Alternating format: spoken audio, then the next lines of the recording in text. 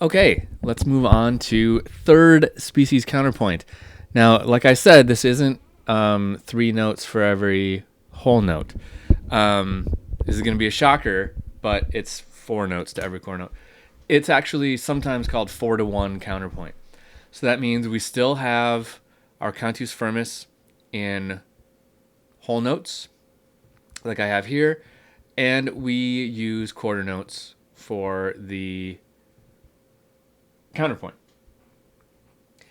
Like so. Now this does, just like when we did this before, and we're going to start on a quarter rest. So just like before, all the rules of first species counterpoint still apply, all the rules of second species counterpoint still apply, and there are a couple more.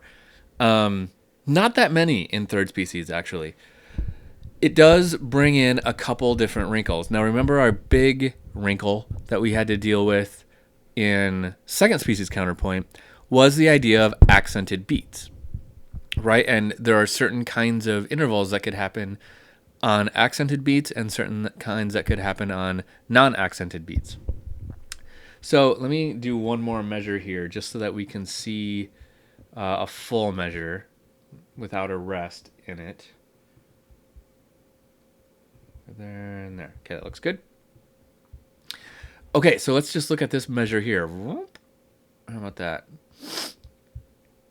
Okay, so where's my accent now? Remember, before, in second species counterpoint, my accented beat was the downbeat. My unaccented beat was the middle beat, right? Beat 3 in 4/4 time, which is what we always do this in. But now I have these other ones too. So what's the game plan here? What's happening here is we have 2 different levels of accented beats is what's happening here. So we have our strongest accent here on the downbeat still, always, right? Strongest accent's going to be on the downbeat. We have a weaker but still accented beat on beat 3 now. And then we have our unaccented beats, our beat 2 and 4. Okay, so this is an accented beat, always has to be consonant. These are unaccented beats. They can be consonant or dissonant. And this one is an accented beat that behaves kind of like unaccented beats. So this one can be consonant or dissonant as well. So accented beat, less accented beat, and unaccented beats is what we can call the 3 types of rhythms that we have to deal with here. Other than that, the intervals we can use are still the same. We're not expanding the intervals allowed at all. We have 2 new types of motion we can create. Other than, we've got contrary motion, parallel motion. We've got a couple new ones, 2 of them, that arise because of the way things are working here. And we're going to talk about those 2 things in the next 2 videos. Our rules of parallel intervals still apply. And these are, the rule is the same, but it's a little more confusing. So check this out. Let me actually just do one more bar here, just to make this more transparent. What's going on?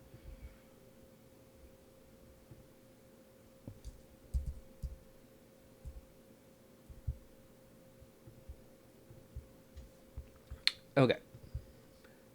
So we cannot have a parallel perfect interval, meaning parallel octaves or parallel fifth, between 2 adjacent notes, right? So that's kind of impossible. Well, no. It could be possible here, because we could go from a fifth to a fourth or something like that between 2 adjacent notes. That would create 2 perfect intervals, which would be a no-no. We also can't have parallel fifths or octaves between downbeats, so basically between these notes, right? So if we had an octave here and an octave here, that would be parallel octaves between the downbeats. No. So you've got to watch out for your downbeats all the way across. That makes writing this line to be musical a little trickier. Now, one of the ways that we can kind of simplify that is with some common practice things, some things that we tend to do when we're working in third species counterpoint. Not necessarily rules, but good guidelines. One is think of as often as possible using steps. In third species counterpoint, there's a lot of just scale patterns going up and down and things like that. So there's a lot of steps, right? We have a skip here and then a step all the way. So one skip and then a leap here. Leaps are fairly rare. You should never have more than one leap in a row. And you can usually get through a third species counterpoint with only using one leap. The main reason you would want to use it is you have to watch out for voice crossing. I don't think voice crossing is something we've talked about yet, but as we get more and more notes against our cantus firmus, voice crossing could be a concern.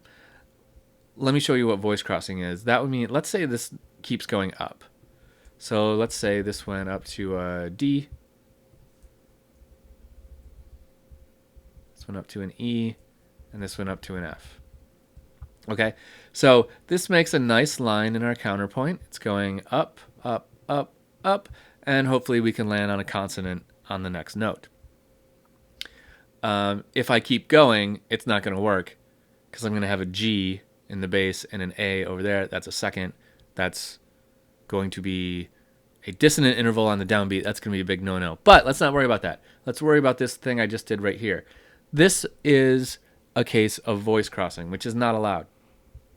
All that means is if we were playing this on a piano, we would have to cross our hands over, right? Because this note and this note are the exact same note. Okay? So if I was to write this note in treble clef, it would be right there. It would be over here, but it would be the same note. Those are both E. That is a unison. So you can sometimes get away with a unison. That's not what's breaking the rule here. What's breaking the rule is this note. This note is in the lower staff, but it is actually above that note. So we've crossed over this note, and now this note is higher than what's on there. That's a no-no. We don't do that. That's called voice crossing. So when you're working in third species, sometimes you need to make a leap. Here we made a leap down just to avoid getting too much higher. We've got a third in between these two notes. That's just fine. But if I went one more, we'd have a second. And then if I went one more, we'd be in unison, and then we'd be in trouble. So a leap can get you out of a pickle with voice crossings. Consonant skips, quite rare, as I was just pointing out. Another thing that's fairly rare and you should try to avoid is doing any kind of skip or leap across the bar line. Try to keep the bar line going stepwise, either up or down, doesn't matter. But we want a step crossing the bar line. Now that's not a really strict rule. You can have one if it works, but we tend to like our notes to kind of walk into the downbeat in third species, just by step, right up in there. That means we have a little bit of planning to do, right? This note, if we go E, F, G, if I go up one more and step right in there, I can walk right into an A here. Let's do it. And that's going to be an octave with that note. And that works as long as I didn't create a parallel octave here, which I didn't. That's a third. That's an octave. That's okay. I could have also stepped down here to an F. That's an F and an A. That's a third. That makes a parallel third between these two, but parallel thirds are okay. as long as we don't do like hundreds of them in a row. So I could go either up or down here. Let's stick with going down. And then last thing to point out, just remember that the rules of good music still apply. We talked about this in the last one. We've got to obey all these rules, but we also need to make an interesting sounding melody here, right? With these constant quarter notes moving. It has to end on a unison or an octave. It has to start on a perfect interval between these two notes, between the C and C. So here they're starting on a unison. That's okay. And remember, that is a unison, not an octave. So if from here we went up, we would have a voice crossing there because this note is actually higher than that note. So that would not be allowed. So watch out for that. Okay, let's keep going and let's learn our two new non-chord tone embellishments in the next video.